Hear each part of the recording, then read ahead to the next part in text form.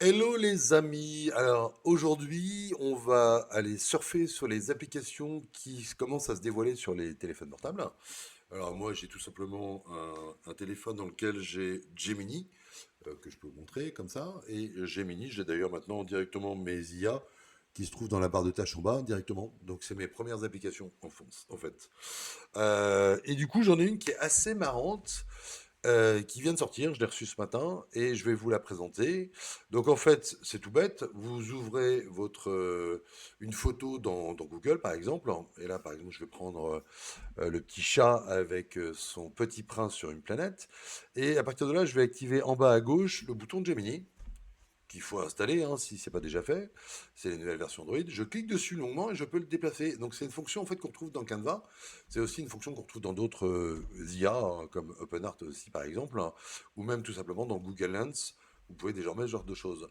Ce qui est intéressant, c'est que là, on va pouvoir aller du coup déplacer le chat, mais on va déplacer aussi le nuage. On peut faire une sélection d'un puits long sur le nuage, et puis on peut venir encore en plus détourer les parties manquantes du nuage. C'est ce que je vais faire ici. Voilà, donc là, vous voyez, je vais tout simplement sauvegarder la photo d'abord. Et une fois que c'est fait, maintenant, je sélectionne mon nuage. Donc, je clique dessus. Voilà. Et puis, petit à petit, je fais grossir mon nuage. Et puis, comme le reste, vous voyez, hop, ça me prend tout. C'est pas ce que je veux. Et donc, je vais tout simplement, je vais le faire une deuxième fois. On va essayer, mais je pense que ça marchera pas. Voilà, ça, c'est pas bon. Donc, je vais tout simplement, du coup, aller choisir un bouton qui va me permettre de faire une sélection spécifique autour de mon nuage. Vous voyez, j'insiste comme un bourrin, hein, c'est le cas de le dire. Et du coup, hop, voilà, ça y est, je sélectionne mon nuage. Et donc là, enfin, pas ChatGPT, Android en l'occurrence, et Google comprennent que je ne veux que le nuage. Là, je peux venir cliquer dessus de façon longue. C'est ce que je vais faire maintenant. Voilà, et je le déplace. Et le nuage de paix. Excusez-moi, je n'ai pas compris. Ah oui, mais non, mais c'est pas à toi que je parle, Google, hein.